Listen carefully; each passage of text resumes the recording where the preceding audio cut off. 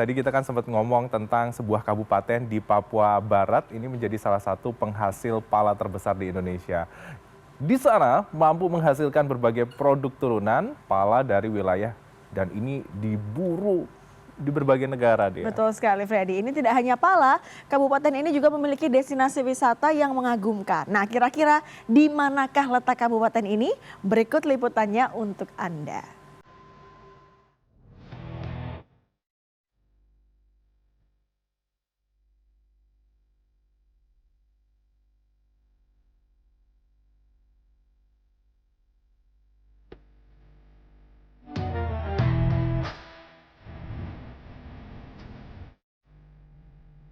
Pantai Pasir Putih yang cantik, gugusan pulau yang indah, sagu makanan khasnya, pala komoditi andalannya ada di Papua tapi bukan Raja Ampat. Di manakah saya berada?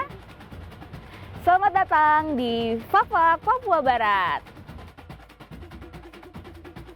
Fak-Fak adalah salah satu kabupaten tertua di tanah Papua. Terdiri dari 17 distrik atau kecamatan dengan luas wilayah 14.320 km persegi dan dihuni lebih dari 90.000 jiwa. Topografi yang didominasi perbukitan dengan kemiringan lebih dari 40 derajat membuat tata kota Fak-Fak terlihat unik bertingkat. Fak-Fak dikenal sebagai salah satu penghasil pala terbaik di Indonesia. 85% penduduknya menjadikan pala sebagai mata pencarian mereka.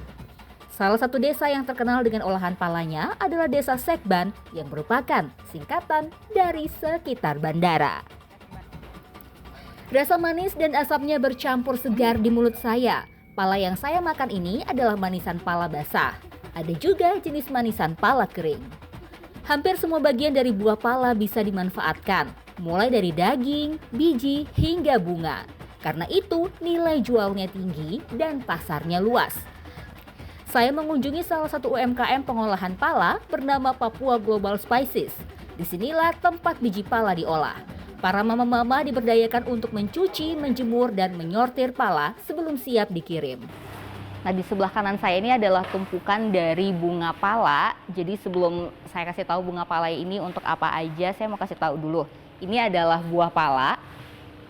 Jadi seperti inilah dia bentuknya. Kemudian dibuka dan tada, ini ada biji pala dan dibungkus oleh bunga palanya. Dan untuk daging palanya ini sendiri, ini tadi adalah yang saya makan tadi untuk jadi manisan biasanya. Nah kemudian setelah diproses, nanti bijinya dikeluarkan, dia akan jadi seperti ini. Lalu ini dikupas dulu, dikeluarkan seperti ini.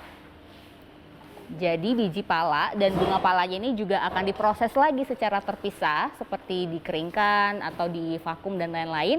Baru sampai nanti akhirnya bunga palanya itu bisa jadi seperti ini. Ini sudah proses pengeringan, sudah siap untuk diproses ke selanjutnya. Dan ini saat ini lagi proses pilih-pilih karena ada yang berjamur, ada juga yang hitam. Jadi proses pemilihan ini nantinya akan yang sudah lulus seleksi akan dikirim untuk ekspor keluar. Dan ini wangi banget.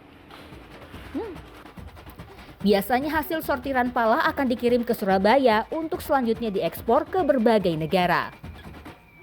Dengan luas kebun mencapai 18.000 hektar lebih, dalam setahun Fak-Fak bisa menghasilkan sekitar 2.000 ton biji pala. Tak sedikit warga datang ke PGS untuk menjual hasil proses bunga maupun biji pala milik mereka. Sebagai komoditi andalan, pemerintah daerah pun tengah berupaya untuk meningkatkan hasil produksi pala Tomandin ini. Hari ini orang Fak-Fak yang hebat-hebat sekolah di luar itu karena pala tadi. Pala inilah yang membuat orang Fak-Fak punya punya tingkat kehidupan yang bisa menyekolahkan anak sampai anaknya bisa jadi orang hebat-hebat di luar, itu sumbernya dari pala. Saat ini kami lagi kembangkan pala ini agar terus bisa bertambah baik, dan kemudian kami lagi mencari alternatif lain agar pala ini kita bisa tingkatkan sehingga produksinya jauh lebih tinggi. Pemerintah juga mendorong UMKM untuk memproduksi berbagai jenis produk dengan menggunakan pala sebagai bahan utama. Tak hanya terkenal dengan pala, Fak-Fak juga menyimpan surga alam yang belum banyak terjamah. Nah, sekarang saya akan mengajak Anda menyeberang ke 2 pulau cantik di Fak-Fak. Yang pertama, Pulau Panjang. Hanya butuh sekitar 15 hingga 20 menit dengan speedboat dari pusat kota. Dinamakan Pulau Panjang karena bentuknya memanjang di depan kota Fak-Fak. Pulau ini juga disebut Pulau Pelindung Kota Fak-Fak. Pulau ini tak banyak pengunjung, karena itu saya berasa seperti berada di pulau pribadi. Yeay, senangnya main-main di pantai pasir putih. Bak rejeki, saya juga disambut dengan pelangi indah di pantai yang disebut Pantai Wayop ini. Puas bermain di Pantai Wayop, saya bergeser ke pulau lainnya. Pulau yang satu ini jaraknya lebih dekat dengan kota Fak-Fak. Pulau Tubir Seram, begitu sebutan warga lokal untuk pulau ini. Selain jaraknya yang dekat, Tugu Pahlawan yang berada di pulau ini juga menjadi daya tarik tersendiri. Tapi butuh tenaga ekstra untuk mencapai puncak Tugu. Setidaknya ada lebih dari 130 anak tangga yang harus dilewati.